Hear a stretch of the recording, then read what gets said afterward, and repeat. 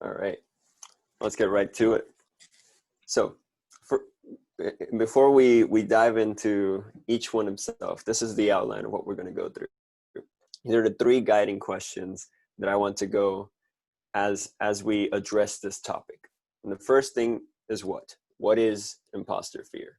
It's important to define terms before we delve into such an important topic.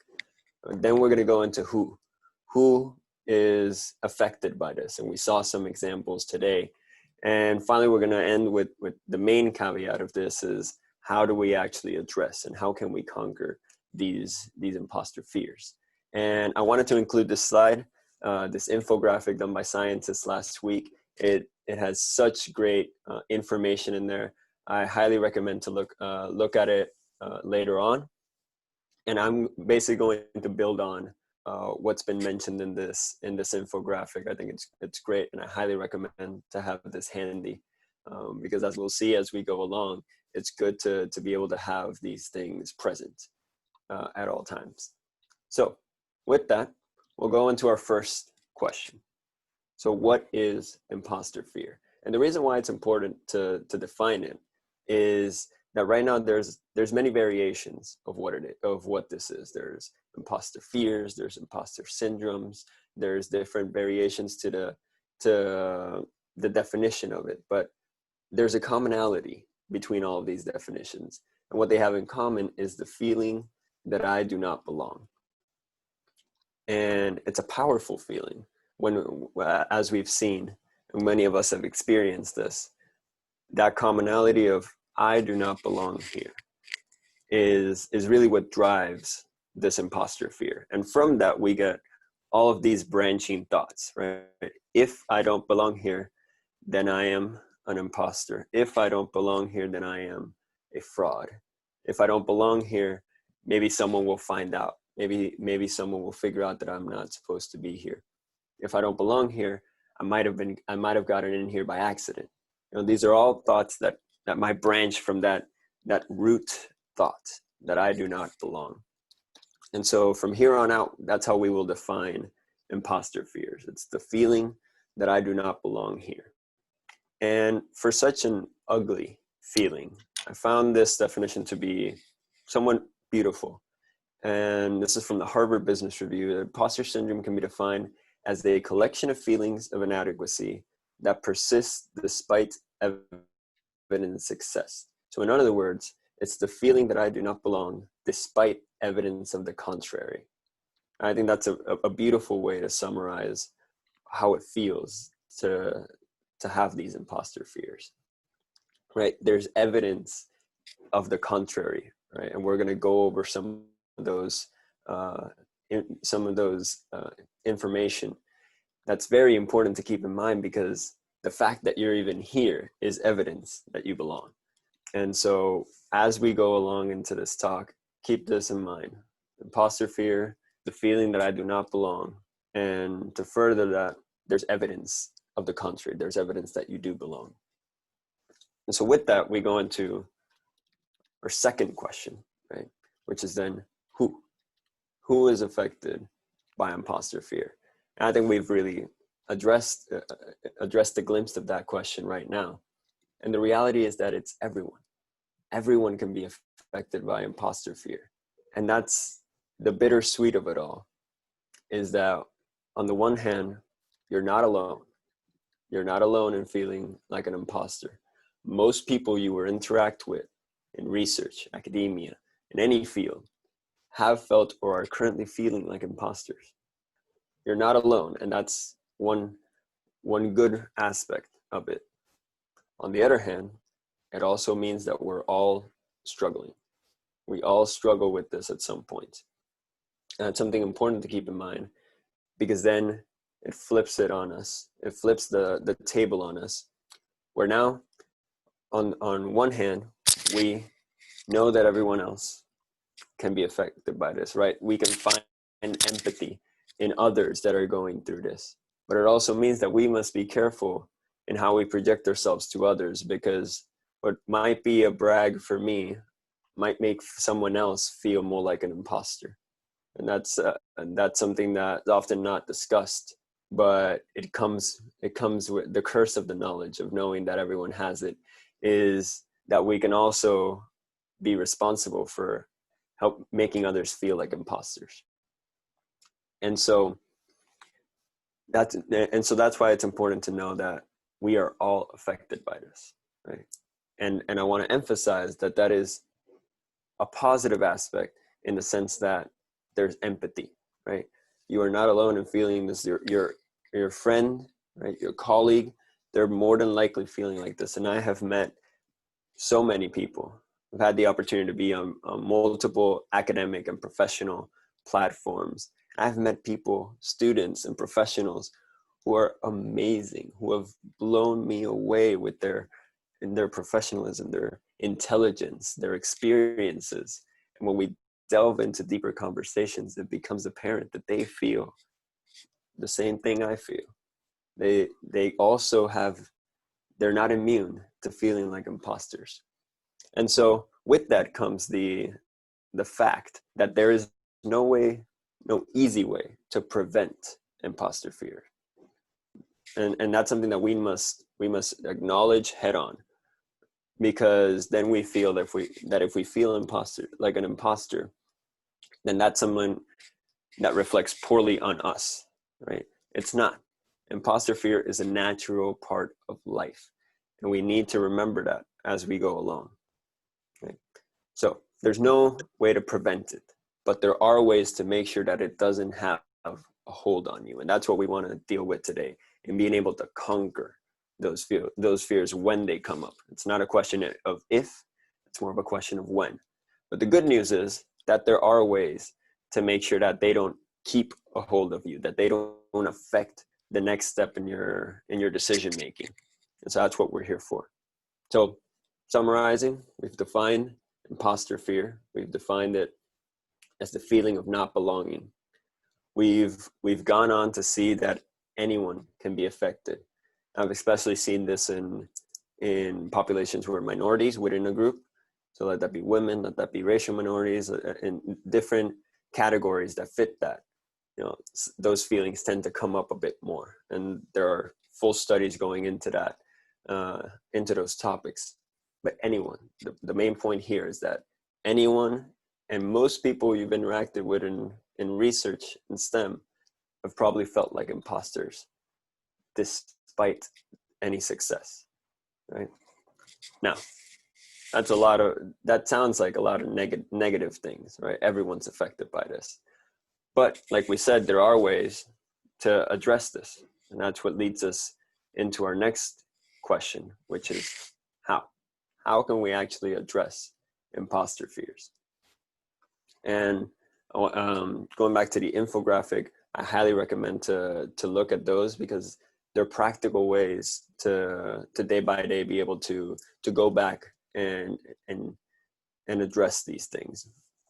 I would want to add to that one thing that's very important that I have found has worked for me and many other people that I've interacted with is that it's very difficult to do this alone, right? It's good to have company. And as we said, most people feel the same way as us in this. And so I would recommend to find someone who you trust. Let that be a colleague, let that be a friend outside of the field, someone who you trust, and you can share these thoughts that you've been having. It's a very powerful tool to be able to rely on someone and be able to share those thoughts that we have. And the reason it's important is because they will more than likely also be feeling similarly. And I've found this so many times that it becomes a two-way street where we're both helping each other grow through these thoughts. And that's such a beautiful, beautiful moment to be able to share and rely these feelings. And you'll be surprised to find that one of the immediate responses from these people, they will list all of your achievements, all of your successes. I think that's amazing, because we lose track of those things when we're feeling like this. We lose track of the fact that we are where we are right now is in and of itself a success that marks the fact that we should be here. and sharing these thoughts with other people, that'll be one of the first things that comes up, right? Being able to show the achievements that you've had, the things you've overcome to be where you are. And those things are evidence, or outward evidence, that you belong in where you are right now.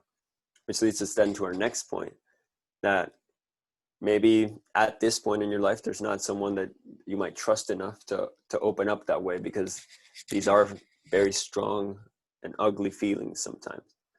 I would also encourage you to go through your resume or your CV, and don't go through it trying to find things for your ego. That's not what this is about.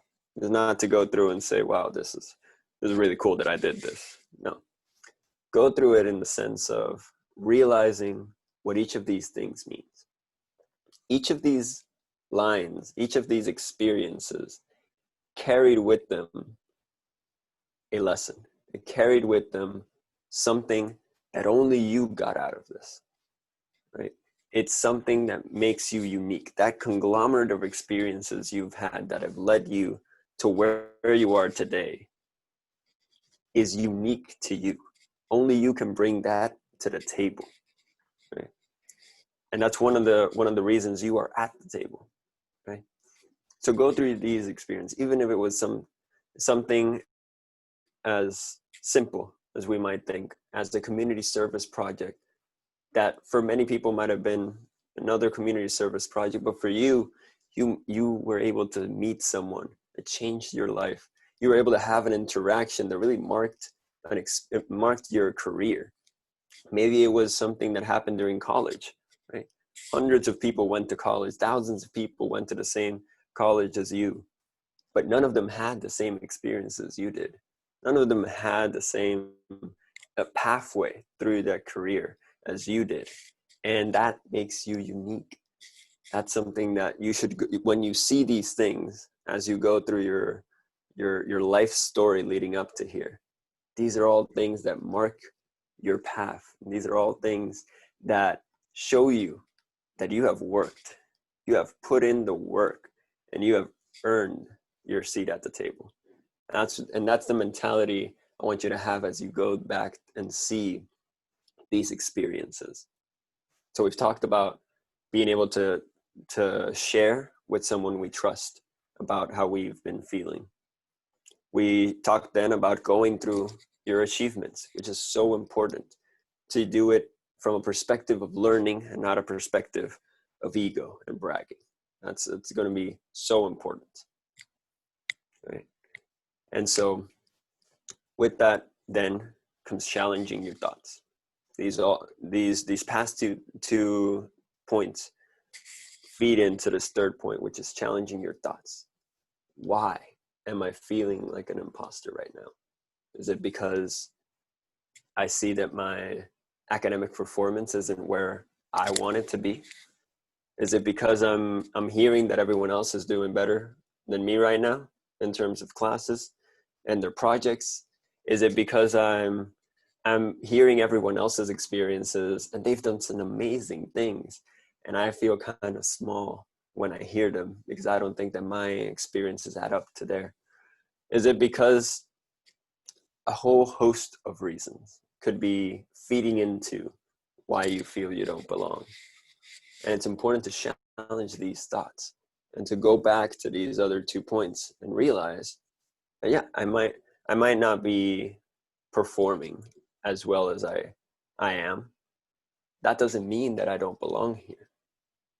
I might not have had the industry experience that someone else had, but they didn't have the other unique experiences that I've had in college. And we tend to compare ourselves in these situations, and that feeds into our imposter syndrome, but it can also help when we compare our experiences, when we find what makes us unique in these situations and challenge these thoughts as we go along.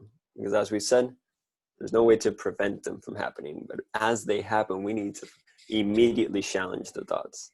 Go back to your achievements, go back to the experiences you've had. And those things will add up and be able to change the mentality. as we go through each of these situations. And that's so important. So I wanted then to add a bit of my experience. So as I mentioned earlier, I'm third year MD PhD student. In my time, I've been able to do 3 amazing research internships with the National Institute of Health, which is one of the major biomedical research funding agencies in the world, definitely in the United States. And those experiences opened the door to numerous conferences, to numerous experiences. I was able to work in the United States Senate, working on science and policy, science and health policy. I was able to write a book that has done terrifically and opened a whole host of doors. I've given talks all around the nation. I've gone on to actually form organizations. I started Student Scientistt while I was in college. I'm currently working on getting a different organization started with a couple of amazing graduate students. In my time in medical school, we ran one of the first times in the history of Puerto Rico where we brought together students from all 4 medical schools, and we put together a 30,000 plus conference, and it was completely run by a group of 10 students. And all of these experiences, I say them not to brag, but to go to the point that even with these amazing experiences, I still feel like an imposter very often.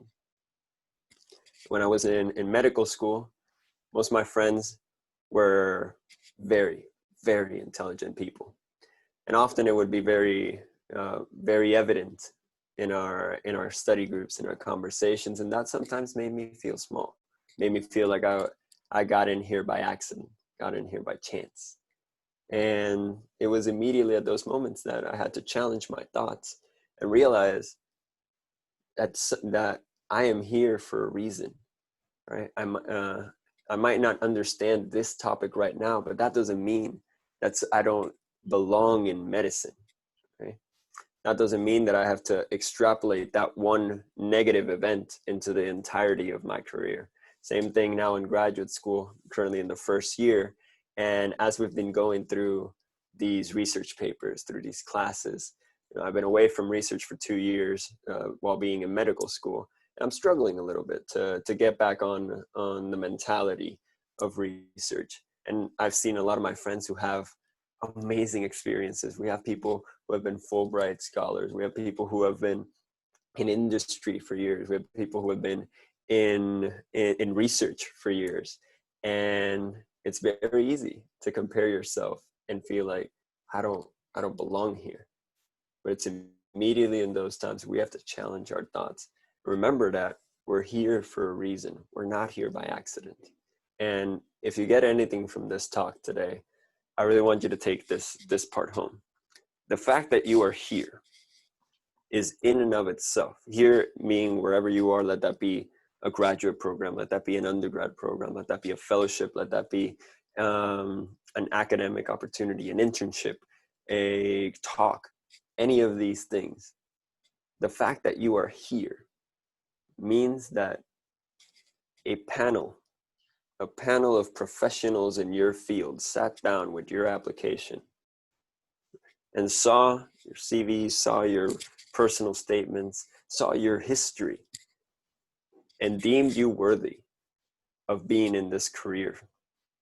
So deemed you, professionals in your field went through and said, you know what, this person has what it takes to be a scientist, to be a researcher, to be a graduate student, to be in this job, to be any number of things, right?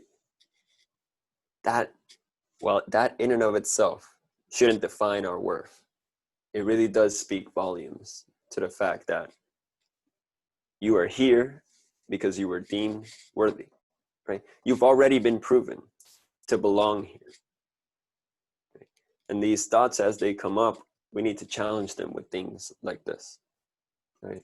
The fact that we are where we are today is evidence that we should be here. We have worked hard, and that's what brings us to this last point, that you do belong. The fact that you're here is evidence of it. you've earned your spot, you've worked hard, and that's why we need to talk about this topic, because it's so easy to lose track of all these other things and to just concentrate on that negative moment, those ugly feelings that come up when we feel like imposters.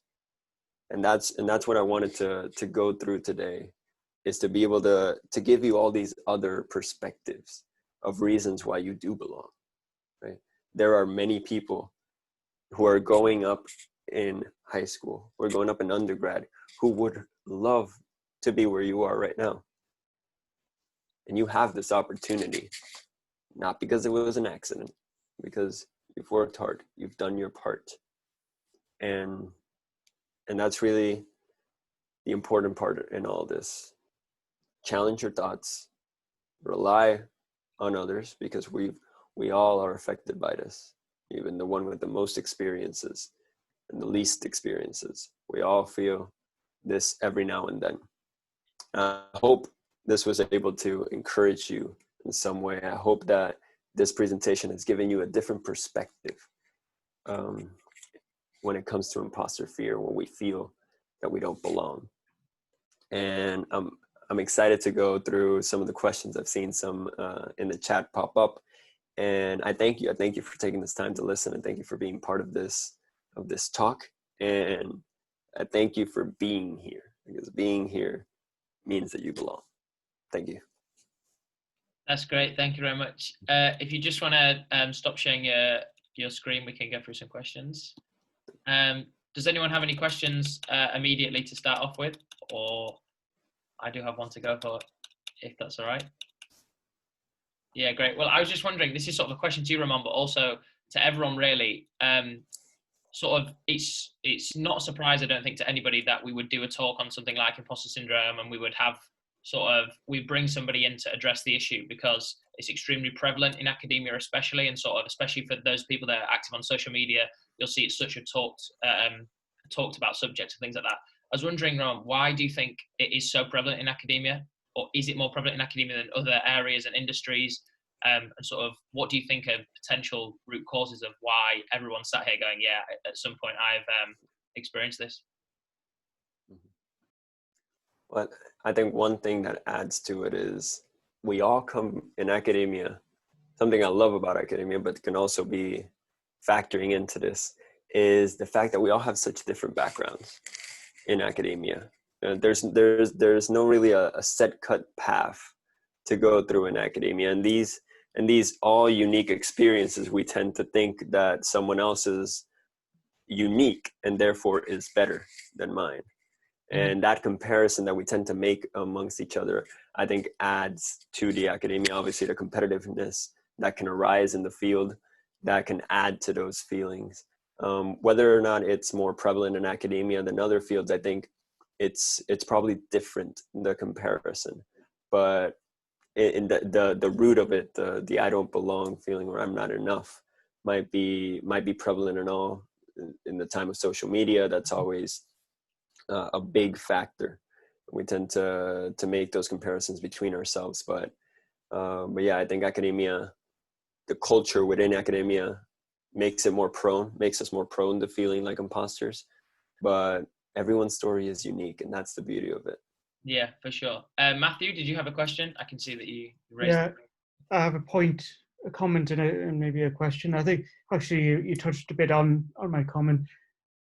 I've worked with industry and in industry, and a longer time in academia. Part of the reason I didn't go in industry is I did not like the culture of industry in certain industries, the pharmaceutical industry, for example. I didn't feel I belonged there. It wasn't I probably didn't identify as imposter syndrome. It felt more like bullying. So I had a really bad time. But then I came to realize actually it's just the culture of a fast-paced business environment, and I wasn't prepared for that. That's not my character. Mm-hmm. I noticed going back into academia, some of this fast-paced, competitive environment started to seep into academia, and I kind of wasn't prepared for that. And I had these feelings coming from industry into academia that I was maybe not belonging. And I think it stayed with me as soon as I started to see that environment in academia. And I think it's got, I wouldn't say worse. I think it's a competition amongst peers is a very good thing, but it's how it's managed, how it's done, and what support you have. And you touched on a lot of the things that talking to other people is a good thing. And when you feel alone and you don't have that opportunity, or everyone around you doesn't recognize that people may have imposters in them, it's much harder. So that's my comment. I believe it's everywhere, but I believe, of course, when you're trying to rise up through your career in academia or industry, you have to face these challenges. People are going to make more demands, and some people aren't going to be caring, they aren't going to listen. But you've got to recognize that's their problem and not yours. And my question was, maybe it's a cultural thing as well. Because I worked in 2 years in Canada for my fellowship, and in North America, and I recognized really the academic place. Everyone there, they didn't show any kind of weakness. There was much more, volte face. You cannot show weakness, so you cannot. So everyone around me, I thought, even from the undergraduates I was teaching, I felt so small to these amazing people. But then when you get to know these people, you realize they too feel it, but they don't show it. In the UK, I see that a lot more people are open about it. So I was wondering, my question really, do you think there's cultural differences in geographically or amongst different communities? Well, that's a great question, and I love what you've talked about in your discussion. I think you hit the head on the nail, and with the question, I think there is definitely culture definitely does play a role. I come from a Latin American background. We tend to be a bit more reserved when talking about how we're feeling and these types of thoughts. Now that I'm in the United States for my degree, I've seen that as well. Maybe not to the same extent as I've seen it in other places, but I do feel that culture does play a role. And I think you mentioned something very, very important, that we tend to put this facade and in front of us, that we're everything's okay, we got it all together. And that's what people see, and that's what makes us feel small when we see others that have it all put together. I always think about it like an iceberg, right? We only see the tip of the iceberg, but we don't see everything, that's all these big things that's happening right at the bottom, the roots of a tree. That we don't see those experiences that are happening, that are what's keeping what we're seeing afloat. And that's very important to have that perspective, that what we see isn't necessarily what's going on in there. I think that was a great point that you made, Matthew. That's great. Does anybody else have any questions? Feel free just to unmute yourself, or there's a raise hand function, I think, on Zoom now. I saw Matthew used it. I didn't realize that existed. Yeah, are you waving, Laura? You just need to unmute yourself. Sorry, I was trying to unmute myself and I wouldn't unmute. I was just wondering, what do you think about the effect of social media in imposter syndrome? I'm quite new to the academic side of social media, and I found it is actually quite hard. Sometimes it makes me feel worse, actually. So I was wondering how you can kind of still deal with that, still get the good things about kind of academia on social media, but also deal with the pressure that sometimes that brings. I think that's an excellent point, especially now during quarantine. I think we've all seen how social media has risen more than usual, and it definitely plays a role. It definitely plays a big role. And I recently rejoined Twitter during this time of the pandemic, and it's been a double-edged sword on that regard, being able to engage on social media. As a scientist, I started out, I was like 100 followers in, and at first I based it on followers. It's so easy to default to that. Based on the amount of followers is how good of a scientist I am, because if I'm not a good scientist, people won't follow me. It's so easy to think like that. Now I'm at a point where I've got a good following, But I realized that that doesn't define how good of a scientist I am. That doesn't define, no matter how little or how much I have engagement on social media, that doesn't define who I am as a scientist. And it can be a double-edged sword for many people. I've seen people who have been on Instagram and Twitter as medical students, as scientists, and I get mixed reviews. Some people love it. Some people have had very serious encounters during this. But I think the important part is that it adds to this comparison, right? To this comparison factor that we mentioned earlier with Matthew's points. It's already big enough when we just look at the people surrounding us in academia. Imagine when we compare to all the other people that are on the web. And it also adds to the fact that we can't see the struggle, right? When we're on social media, we can't see what's going on behind the scenes and all the work that has had to go on for them to be there. And we tend to compare ourselves based on what we see. I'm not sure if that answered your question fully, but yes, social media definitely plays a role, and we need to be careful on how much we let that take a hold of us. Mm-hmm.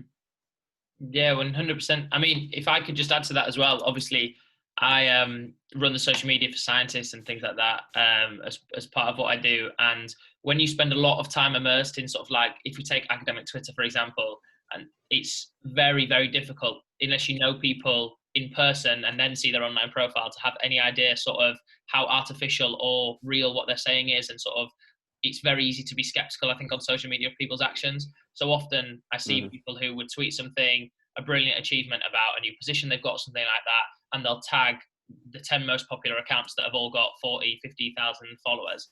And there's two choices you can make. You could either think, oh, amazing opportunity. They just want to tell everyone they're so excited. It's great because 100 people are going to reply to them and be really excited for them as well. But then the skeptical part of you goes, oh, do they just want everybody to know so they can say, oh, look, everybody knows about me. Is that why they're tagging the people with the most followers? And it does make you think, if numbers don't really matter, then why is it those people that are tagged? It's because you're trying to amplify your voice or achievement. And that's often a really good thing. You've seen with petitions, I think, and things that have come up, that there's a lot of popular accounts that can be used like really well in spreading sort of positive messages and getting things out there. But equally, sort of being selective in what you decide to put out there, I think is something where, again, it's how much of it is reaffirming what you need to believe yourself and changing your thoughts and saying, actually, I've got the confidence I belong in science, and therefore I'm going to post that I've done this really good thing, and things like that. But I also think to be genuine, you have to be able to then accept when it's been a terrible day at the lab, or this isn't working, or this has been terrible, and be able to also put to everybody, oh, has anyone else experienced this? Because this was terrible today.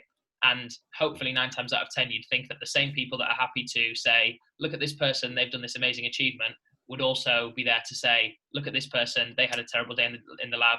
Haven't we all had that day before?